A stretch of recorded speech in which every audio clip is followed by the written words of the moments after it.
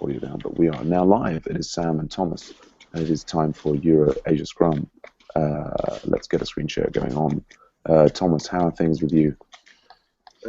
It's okay. I'm a little tired. Couldn't sleep last night. So I'm having a late morning, unfortunately. But yes, well, we had an eventful, rather short website one meeting yesterday. I wrote to you about it. So I saw. Yes. You know, what's up? So that was interesting.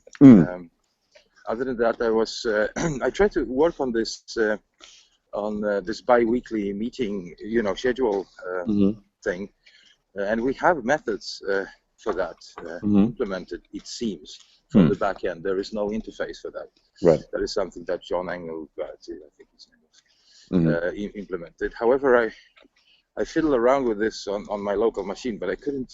I wasn't quite sure how to do those exceptions, because what you do is basically, as I understand it's set up in website one now, it's that you set on a schedule, then you do exceptions for days that you don't want to run the Scrum. So I'm not quite there yet. I have to kind of debug this thing because I don't understand how it works basically.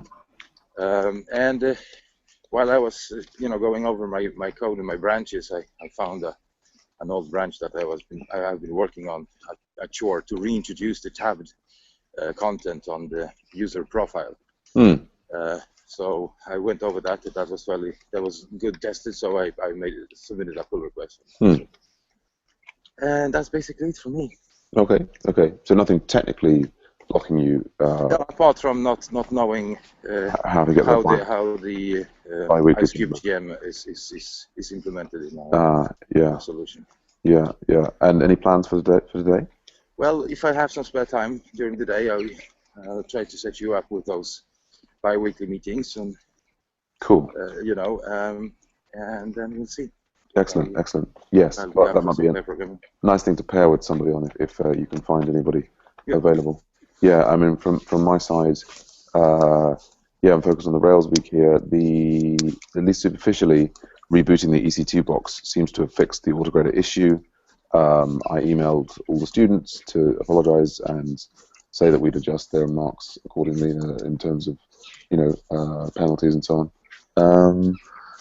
So I mean, in that sense, nothing technically blocking me there. Well, I guess my tethering allowance on my phone has run out, so I haven't been able to check as much of what's going on in LocalSupport as I wanted to. But it looks like there are no new pull requests, so that's kind of already, Sam. It's only the 16th? I know, it seems strange. I don't know why it should have used. I mean, I managed to get through November without being blocked at all. I'm not sure why it was so excessive this month. But anyway, yes, and it's Wednesday, but I probably can't do any meetings. I can probably do the Atlantic Scrum today, but that's about the size of it. Yes. Do you want to talk more about the dev meeting? Not really. This is not an issue for me at all. I'm a little curious because I haven't noticed that there would be any issues beforehand. However, I gave it some thought, and I have a limited capability to scan my surroundings for everything basically, and so this is not on my radar basically. So I don't see this. I don't perceive this as any major importance. Oh, really? I mean, the thing that we were discussing with Amy in the LocalSupport retrospective last Friday was that, actually, the reason that it came up is we were talking about, I was mentioning, issues about, layout and things and so on. And one of the things that Amy mentioned was that she, had wanted to have, she liked the GMT, or sorry, the personalized time zones on the individual events page, and thought it would be useful to have that same individualized time zones on the list of events. And she thought, oh yes, I'll maybe work on that. and I think, did she submit a pull request, or she started working on it? And you said that she needed to go through kind of like due process of discussing it, and going through a pivotal tracker and so on. Perhaps there was something like that. There was some issue. You think concerned the time zones. I do not remember. But yes, there was an issue of her starting to work on something and submitting something to the repo that hasn't made it through the entire channel. But I cannot remember all the details. The specifics, no, and the specifics are not necessarily important. I mean, we had a similar thing with some of Rose's students starting to work on and develop prototypes and start coding on something when I wasn't aware of them having discussed it in the central channel. I think we all agree that every project needs, a good process. I think that the danger is that, and even if one's intention is not to intimidate or, kind of scare people off, is that even said in the most politest of tones, trying to align people with the project flow can, for some people, be very intimidating. And I would say that, I'm reminded of the situation where I think you closed a pull request for Nick when you came back as Website 1 manager, which I think, and we both agreed, was, you were saying the pull request, it had failing tests, it had this, that, and the other, and so on, and it's a perfectly reasonable thing to do given the project flow.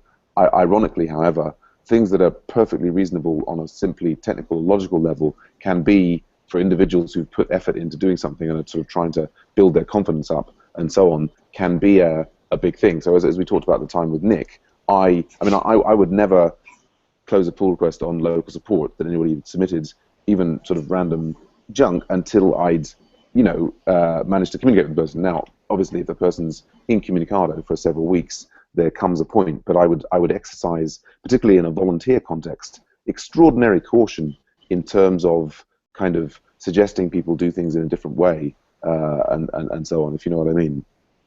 Yes, I do. However, yes, I understand all that. I don't recall the specific of that request that she provided. I do remember that she had another feature story in the working, already. So I didn't quite understand the reasoning, because she had some reasons, from what I remember, that she wouldn't pursue that, but she wanted to pursue something else that hadn't gone through an entire flow. You know that, and I've communicated this further. We have a slightly different take on what pull requests we want to have, in the process, in our repository. So we don't want, experimental code or pull requests that addresses a feature that is not documented in Pivotal Tracker in our repository. So we do close them off. Yeah, again, but I think, Thomas. Just let me finish that. So, we ended up in a place, at least yesterday, where I made a fairly reasonable comment that I gave that comment some thought. So I gave her two choices about the language standard on a field, so to either keep sort of fields or change that to a different standard. And so I wasn't telling her what to do. I was stating that we should stay within a certain standard that is already present on the page. And so and Brian was in that meeting. He had a similar view to mine, and we tried to reach some sort of consensus. We couldn't reach that, and things just ended there. We found it. We ended up in a state where she basically told me that she won't do it, and because she doesn't want to do that. No. And and we got in a very unpleasant situation, basically, but I let it go. I let it slide because I didn't want to get into sure, no, absolutely, absolutely. So, yeah. But then again, it's I know that this Nick situation has been going back and forward, and giving me some bad reputation. Listen, I need to stress that out again. I could have handled that differently, but given so I can also say that if that situation would appear today, I might as well do the same thing, because I think I was polite enough to give him a good reason to why I closed it, and I don't think that this is a huge thing. There was logical reasons and everything. Forgive me for interrupting you, Thomas. It's just that you started that description, the point where I turned it over to you, where you made a statement about how you and I feel about what pull requests are acceptable, and you said that we differed. I think we absolutely agree, you and I, about what pull requests are in there. I think the only thing we differ on is the process that we go through of actually closing them. Now, and it's entirely possible. I mean, it sounds from your description of the meeting yesterday that you were again making not unreasonable requests to Amy. But I think the problem is, I would say, is not that you're not doing anything reasonable. It's about the way in which we interact with people. So I would say, I would also want to, for example, close the kind of pull requests that Nick puts in. But I would say, in terms of managing people, I would handle it with much more of a kind of velvet glove. And so ultimately, yes, I would close the pull request, but the timeline for doing so and the way in which I interacted with the person would be different. And so I think similarly, the problem is, and we can say, oh yes, those other people should, like Nick should respect your logical description of what it should be. And I think if we were in a work situation where we were paying people to do work, then absolutely. But I think it's very, very different when we're in a context where we've got people who are volunteers working for them. I think in order to get the best out of people and to collaborate most effectively with people, there's, at least in my experience of all of the volunteer things that I've been working with, I think a slightly softer approach that takes longer. And it may be frustrating when you're kind of trying to clean things up, and you're trying to build consensus, and you're trying to get things to go in a certain direction. Ultimately, some people just can't work together on particular projects. It's one shouldn't bend over backwards ultimately and completely change one's philosophy and approach in order to accommodate volunteers. At the same time, I mean, I would say that at least the policy that I use here at Makers, where people are being paid to work for me, and the policy that I use in Agile Ventures, where people are volunteering on, to collaborate with me, is very different. And I think, anyway, I think the important thing is just to consider that as you go forward. Yeah. I understand that. I totally understand that, and also I actually remember the situation. It wasn't from Amy's side. It wasn't a pull request. What actually happened is that she wrote up a feature request, assessed it herself, and best thought at the very same time. And that's where I interacted with her. And actually, in that, with Nick's situation in mind, I took my time to explain to her why this is not a proper way to go. And actually now, what is getting frustrating right now is that when I recollected the whole situation, which wasn't a major issue for me, although I did spend some time on it, was that I actually, tried to I think it took like 20 or 25 minutes, and I took my time to explain the flow again, even if we have documented the whole flow on several occasions. And yet she perceived this as a personal attack or something on her, and that is, because it gets a little tiring to hear that from, or at least sense that I am not wearing the silk gloves and perhaps being an asshole too many times.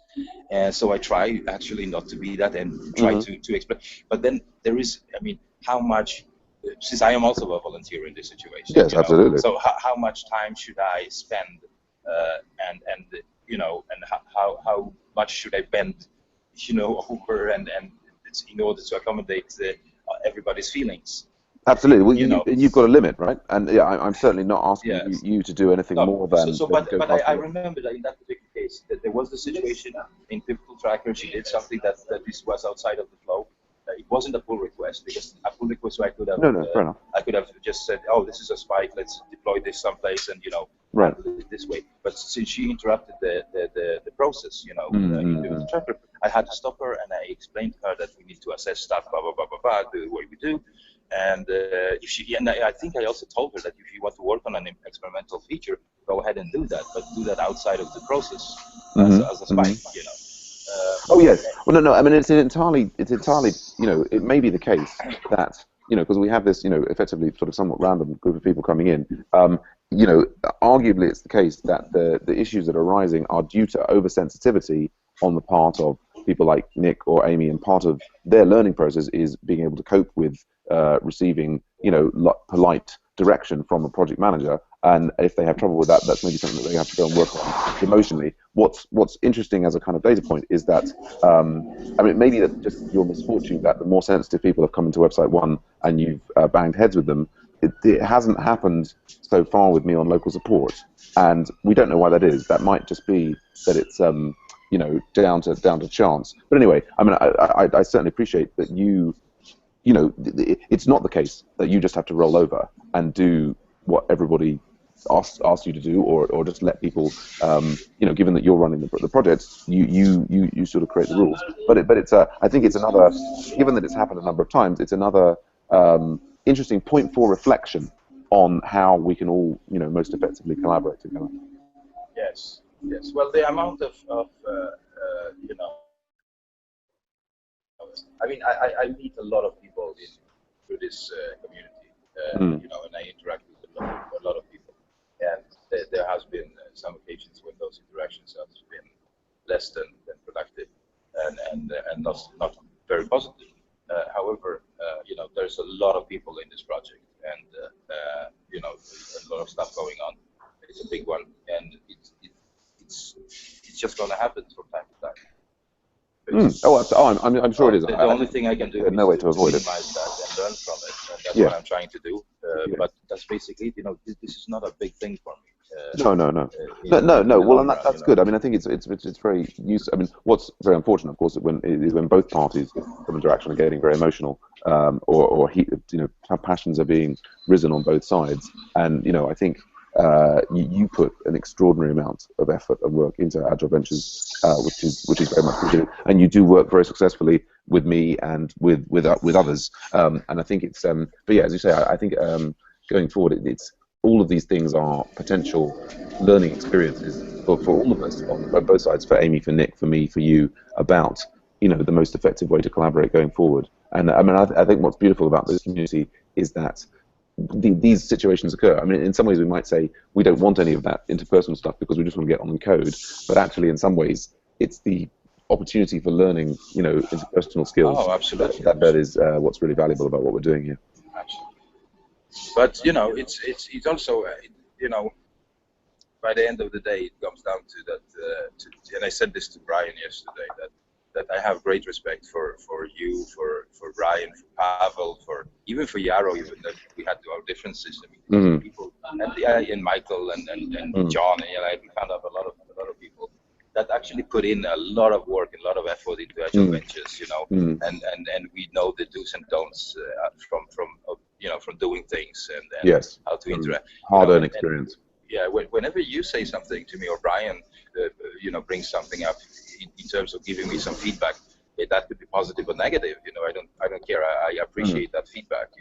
But when some new members that come in and criticize me just because of the fact that I run this project, and they point criticism towards me that they would not do to any other member, so that my role as the project manager of this of website one puts me in a free to kick position, because that's what I perceive sometimes. I sometimes feel that some criticism is unjustified, and they wouldn't do that to other people. Well, criticism is always relative. whether it's justified or not is a. I mean, that's a subjective. Absolutely. And everybody has their different things. No, I mean, I think those of us in a project manager position are kind of lightning rods. I mean, bosses are there sort of to be hated, which normally you get paid for being a boss, and that's the compensation. You say, okay, yes, but anyway, it's complicated. Anyway, I mean, I'm very glad that we were able to discuss it. I probably need to move on now. Me too. Yes. Anyway, we'll have a fantastic day, and I look forward to seeing you later on. I think what I would love to be doing ultimately, maybe in a few years, Thomas, is to be writing up some of these things. I think we could easily publish a book. You know what I mean? You know, I mean, I think it would be, or a multimedia event, just to explore these things, because I think there's really valuable learning stuff here. I think so. Yeah, good stuff. Nice talking to you, Thomas. I'll speak to you again real soon. All right. Take it easy. All right, bye for now. So long. Bye-bye.